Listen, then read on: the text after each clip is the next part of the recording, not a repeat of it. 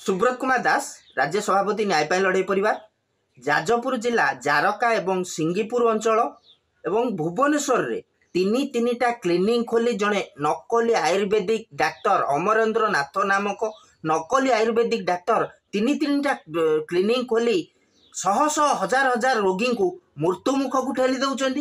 ये डाक्तर कौन सर्टिफिकेट नहीं किंबा आयुर्वेद पास करना यहाँ संपूर्ण भाव नकली। ये घटना जो पचार पसार हवापर वरिष्ठ आईनजीवी सुब्रत नंद मुख्य शासन सचिव ओडिशा को चिठी लिखिथिले एवं ए मुख्य शासन सचिव ओडिशा आयुष डायरेक्टर भुवनेश्वर को तदंत दायित्व देते। ये तदंत करने डाक्तर एवं क्लिनिक गुड़िया नकली बोली प्रमाण होता। सीडीएमओ जाजपुर एवं जिलापाल जाजपुर को आयुष डायरेक्टर निर्देश देइचंती किंतु कौन सी कार्यानुष्ठान हो पारना। ये घटना मु आज राज्य मानवाधिकार कमिशन को द्वारस्थ होती।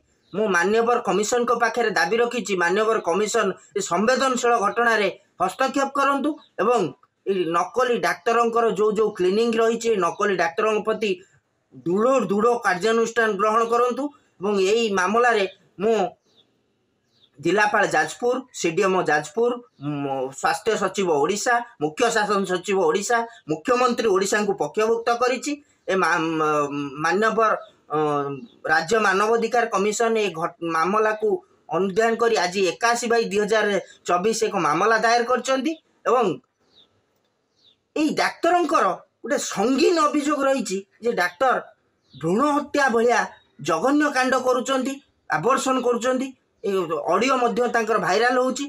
डाक्तर विरुद्ध में दृढ़ कार्यानुष्ठान होगा निहाती जरूरी अच्छी।